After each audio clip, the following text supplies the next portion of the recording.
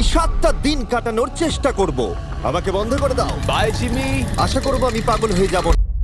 আগামী 7টা দিন আমি এই সাউন্ড প্রুফ হোয়াইট রুমে কোনো হিউম্যান কন্ট্যাক্ট এবং কোনো বিনোদন ছাড়াই কাটাবো। এবং যেহেতু সাইকোলজিক্যালি খুব ডেঞ্জারাস, তাই এই রুমের বাইরে একজন ডাক্তার আমাকে সবসময় লক্ষ্য রাখছে যাতে আমি পাগল না হয়ে যাই। যদি 50 ঘন্টার বেশি এই হোয়াইট রুমে কাটায় তাহলে তার পার্মানেন্টলি সাইকোলজিক্যাল ড্যামেজ হতে আর পারে। আমাকে এখানে কাটাতে হবে 168 ঘন্টা। খুব সম্ভাবনা আছে এখানে থাকতে থাকতে আমি পাগল হয়ে যেতে পারি, ডাক্তারি পরিভাষায় যাকে বলে সাইকোসিস। সব থেকে কঠিন কাজ হবে বিশেষত 9 ঘন্টা পরে যখন আমি এটা করলাম। তোমরা হয়তো ভাবছো এই দেওয়ালে কতগুলো টাইলস আছে। সঠিক উত্তর হলো 1900। আর যদি তোমরা রুফ আর ফ্লোরটাকেও ধরো তাহলে এখানে 2800। হাতটা ধুয়েছিলে? হ্যাঁ আমি ধুয়েছিলাম। না, ও ধোয়নি। আমরা ওকে এমন খাবার পাঠাবো যাতে ও টাইমটা না বুঝতে পারে। যেমন এখন বাজে 6টা আর আমরা ওকে ব্রেকফাস্ট পাঠালাম। আমার খিদে পেয়েছে, আমার খিদে পেয়েছে। আর যেহেতু এই রুমটা সাউন্ড প্রুফ, তাই খাবার আসলে আমি বুঝতেই পারিনি যতক্ষণ আমি 2 ঘন্টা পরে চেক করে দেখলাম। আমি খিদের চোটে হাঁটতেও পারছি না। এটা তো এবার ড্রামাটিক হয়ে যাচ্ছে। Come on. তারপরে আমি যখন চেক করলাম, আমি তো আশাই করিনি যে খাবার আসবে। ওটা দারুণ খেতে। এই সলিটারি কনফাইনমেন্ট সেটটা পুরো মেটাল চেন দিয়ে বাঁধা আছে। আর যদি এখানে আগুন ধরে যায় তাহলে ওরা আসার আগেই সম্ভবত আমি পুড়ে মরে যাব। আর পরের কয়েক ঘন্টা আমি নিজেকে যতটা সম্ভব বিনোদনে রাখবার চেষ্টা করে গেলাম। এটা তো দারুণ ছিল। ওর কাছে কিচ্ছু নেই আর ওর করার মতনও কিচ্ছু নেই, কিন্তু যদি এটা প্রাথমিক উদ্দীপনার জন্য করে থাকে তাহলে আমার মনে হয় যে 7 দিনও হয়তো এখানে কাটাতে পারবে। এটা দারুণ ব্যাপার, যখন তুমি একটা মানুষের কাছ থেকে সবকিছু সরিয়ে নাও তখন একটা সাধারণ মেটাল প্লেট একটা আইফোনের মতোই মজা দেয়। ও এত বোর হচ্ছে যে ওর এখন উল্টোপাল্টা জিনিস করতে ইচ্ছে করছে।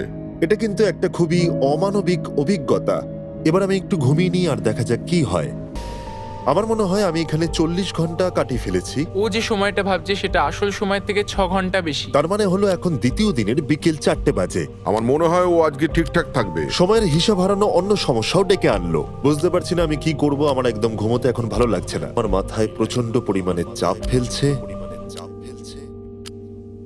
আমি হয়তো আগামী 5টা দিন এখানে শুয়েই কাটিয়ে দেবো। ওর এই না ঘুমানোর কারণ হলো ওর এখন ঘুমের দর থাকে। ও তো দেওয়ালে উঠছে। এটা হলো মানুষের মুক্তির জন্য একটা স্বাভাবিক প্রতিক্রিয়া। সে তার প্রাথমিক প্রবৃত্তির দিকেই এগোচ্ছে। আমি কেন তখন ভেবেছিলাম 4টে বাজে? আমার কি এটা 9টা ভাবা উচিত ছিল না?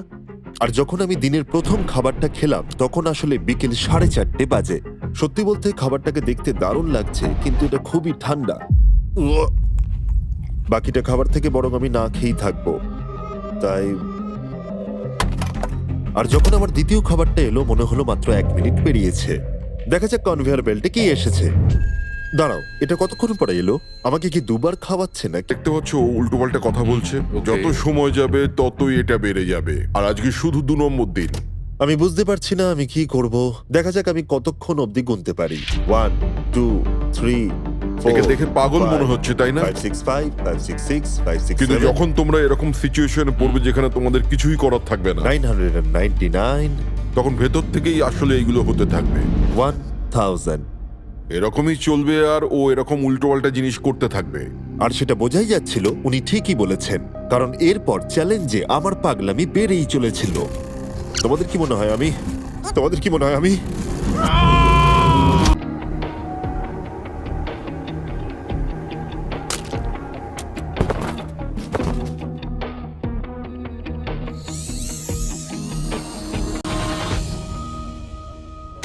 আর আমার যেটা স্ট্র্যাটেজি ছিল যে এই চ্যালেঞ্জে আমি বেশিরভাগ সময়টা ঘুমিয়ে কাটিয়ে দেব, সেটা আমাকে অন্য সমস্যায় এনে ফেলে দিল।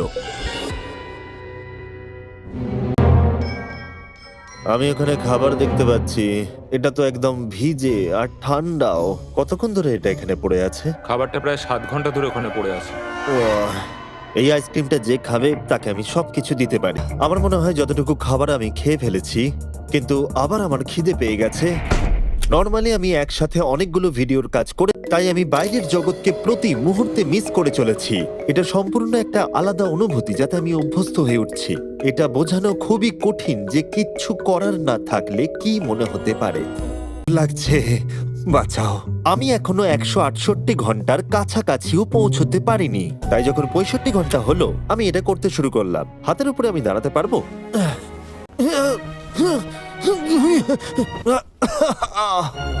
এখানে আসার আগে যদি কেউ হাতের উপরে দাঁড়ানো আমাকে শিখিয়ে দিত তাহলে খুবই ভালো হতো। সে নতুন কিছু আবিষ্কার করতে চায়। আমি কল্পনা করছি যেন এখন আমি একটা পার্কে হাঁটছি। এখানে সবুজ ঘাস আছে, একজন মাছ ধরছে, ওই দৃশ্যগুলো লিটারেলি নিজের মাথায় কল্পনা করছে। ও মাই গড। আর আজকে খুব রোদও উঠেছে, পাখির আওয়াজও শুনতে পাচ্ছি। শুধু দেখছি ও কতটা পাগলামো করছে। ও, ওরা আমাকে খাবার পাঠিয়ে দিয়েছে। আর এখানে আছে একটু রাইস, সুইট পটেটোজ আর স্টেক।